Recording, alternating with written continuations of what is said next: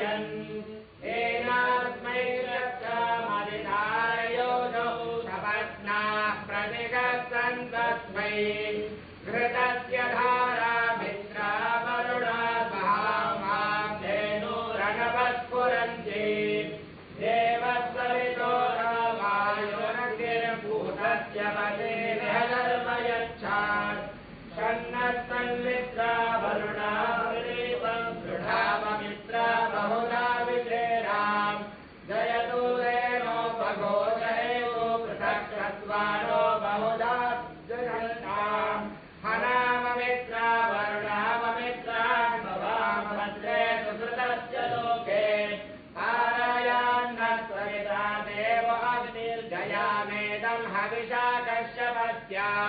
वातोऽयं मित्रा वरुणा तदाह विश्वन्तरं निर्मितं कश्यपस्य अध्वर्यवो मरुतो अद्यासन्तेन देवेभ्यो वरिमाणि चक्रुः ॐ श्रीं श्रियै नमः स्वाहा ॐ नमो नारायणाय स्वाहा ॐ ह्रीं हं उग्रं वीरं महाविष्णुं ज्वलन्तं सर्वतोमुखं नृसिंहं भीकरं भद्रं मृत्युप्रत्यन्नमाम्यहम् ह्रीं ॐ स्वाहा ॐ ह्रीं हं उग्रं वीरं महाविष्णुं ज्वलन्तं सर्वतोमुखं नृसिंहं भीकरं भद्रं मृत्युप्रत्यन्नमाम्यहम् ह्रीं ॐ स्वाहा ॐ ह्रीं हं उग्रं वीरं महाविष्णुं ज्वलन्तं सर्वतोमुखं नृसिंहं भीकरं भद्रं मृत्युप्रत्यन्नमाम्यहम् ह्रीं ॐ स्वाहा ॐ ह्रीं हं उग्रं वीरं महाविष्णुं ज्वलन्तं सर्वतोमुखं नृसिंहं भीकरं भद्रं मृत्युमृत्युर्नमाम्यहम् ह्रीं ॐ स्वाहा ॐ ह्रीं हं उग्रं वीरं महाविष्णुं ज्वलन्तं सर्वतोमुखं नृसिंहं भीकरं भद्रं मृत्युमृत्युर्नमाम्यहम् ह्रीं ॐ स्वाहा वीरं महाविष्णुं ज्वलन्तं सर्वतोमुखं नृसिंहं भीकरं भद्रं मृत्युमृत्युर्नमाम्यहम् ह्रीं ॐ स्वाहा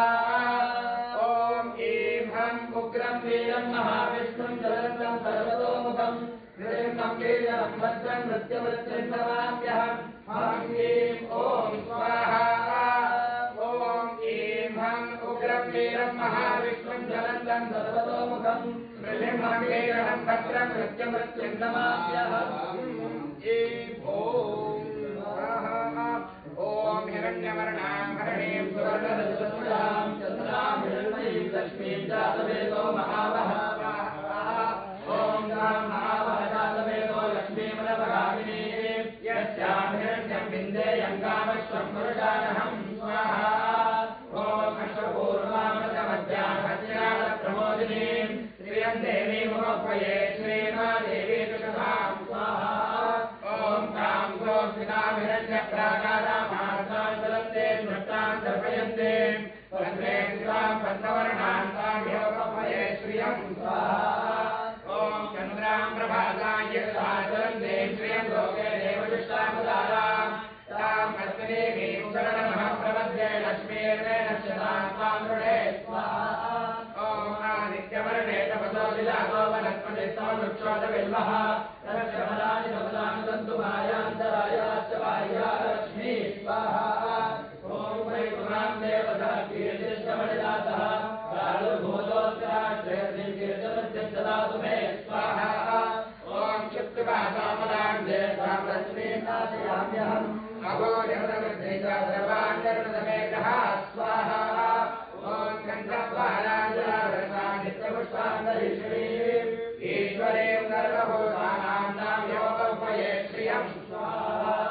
ॐ मनसः कामभावोऽयं वाचसत्यमयीमहे पशूनां रोमन्यश्च मयिष्ठेश्वयदाय स्वाहा ॐ कर्दमेन प्रजाभूता मयि सम्भवकर्दम श्रियं वाचय मे कुले मातरं पद्ममालिनीं स्वाहा ॐ आपद्विजन्तुश्रीघ्राणि चिक्लीकवसने गृहे निजदेवीं मातरं श्रियं वाचय मे कुले स्वाहा ॐ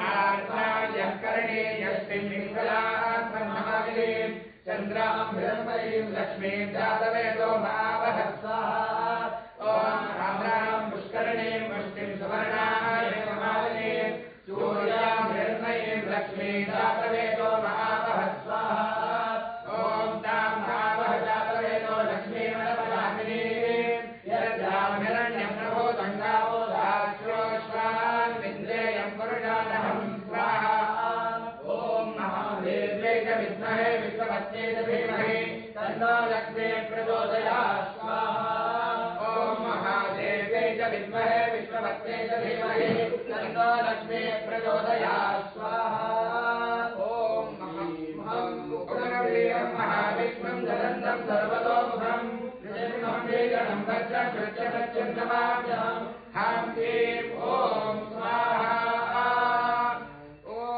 समुद्रादूर्मिर्मधुमामुदारादुपांशुना समसलत्वमानात् घृतस्य नामागुह्यं यदस्ति जुह्वा देवानाममृतस्य नाभिः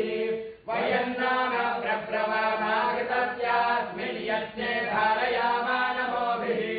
उपब्रह्माणवरजमानं चतुःशृङ्गो भवेद्गौरयेतात् चत्वारशृङ्गारत्रयोदस्य पादाभ्ये शीर्षे सप्तहस्ताभुवस्य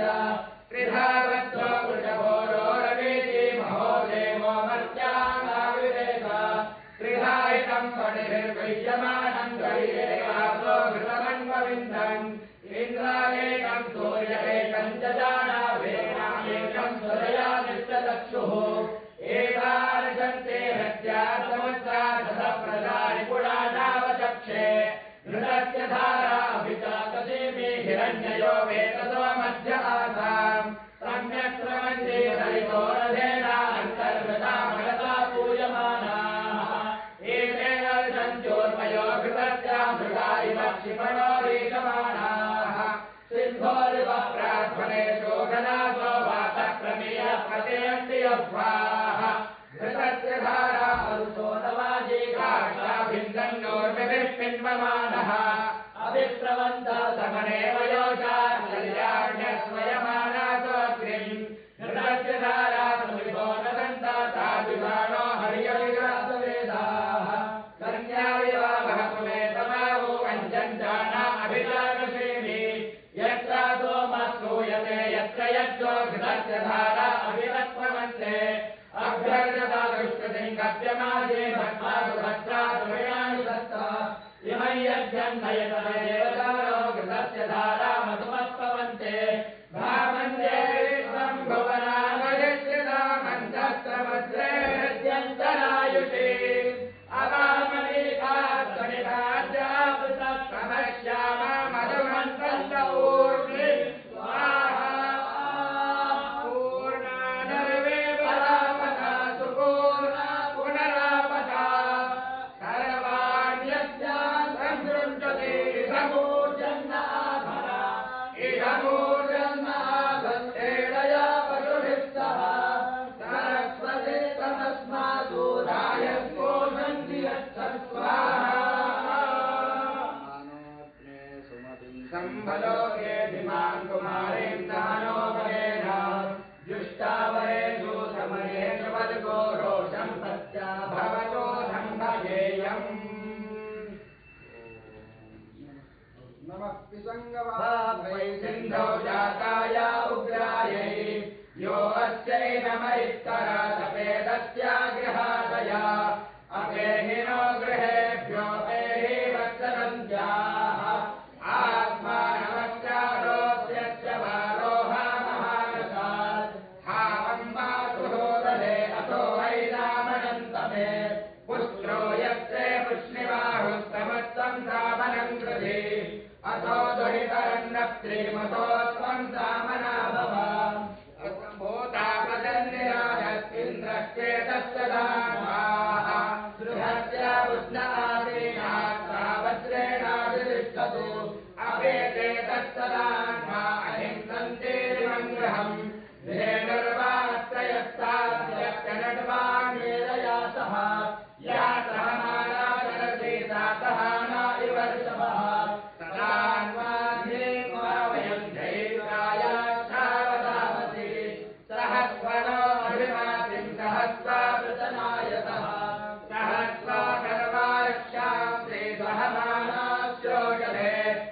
व्याघ्रान्तहते त्वं जिह्वामुपयादतः मक्षाञ्चित्कृण्वानामदत्वं सहसवोषधे ज्योतिषा बृहदा भातिरा विश्वानिर्णयमित्वा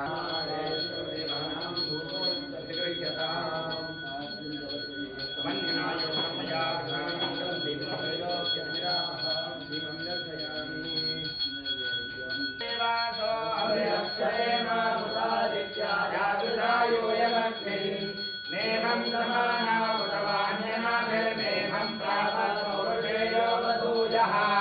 एवो देवा पितरो एकवृत्रास्तते ततो मे गुणुतेदमुक्तम् सर्वेभ्यो परिददाम्येकं तावेनं स्वस्ति जलतेन याथा कर्पूरनीराजनं समर्पयामि रक्षां धारयामि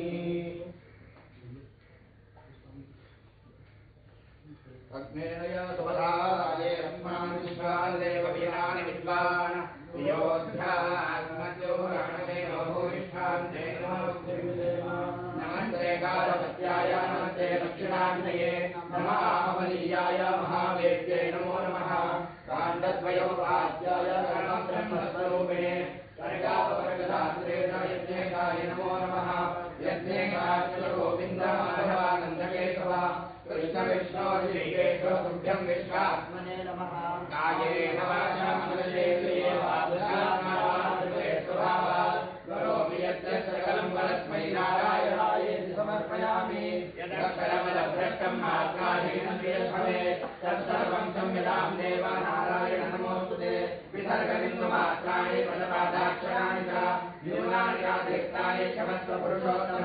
यत्करोमि यदस्मामि यज्जुहोमि ददामि यत् तपस्यामि भगवन् तत्करोमि तदर्पणं ब्रह्मार्पणं ब्रह्म वे ब्रह्मार्पणो ब्रह्मणाहुतं ब्रह्मैव तेन गन्तव्यं ब्रह्मकर्म समाधिना मन्त्रहीनं क्रियाहीनं भक्तिहीनं जनार्दना यद्भवन्तु मया देव परिपूर्णं तदस्मै कायचित्तानि शरीराणि तमः कर्मात्मकानि वै यानि तेषां शेषाणां कृष्णानि स्मरणं परम् श्रीकृष्ण श्रीकृष्ण श्रीकृष्ण श्रीकृष्ण श्रीकृष्ण श्रीकृष्ण श्रीकृष्ण श्रीकृष्ण श्रीकृष्ण श्रीकृष्ण श्रीकृष्ण श्रीकृष्ण श्रीकृष्ण श्रीकृष्ण श्रीकृष्ण श्रीकृष्ण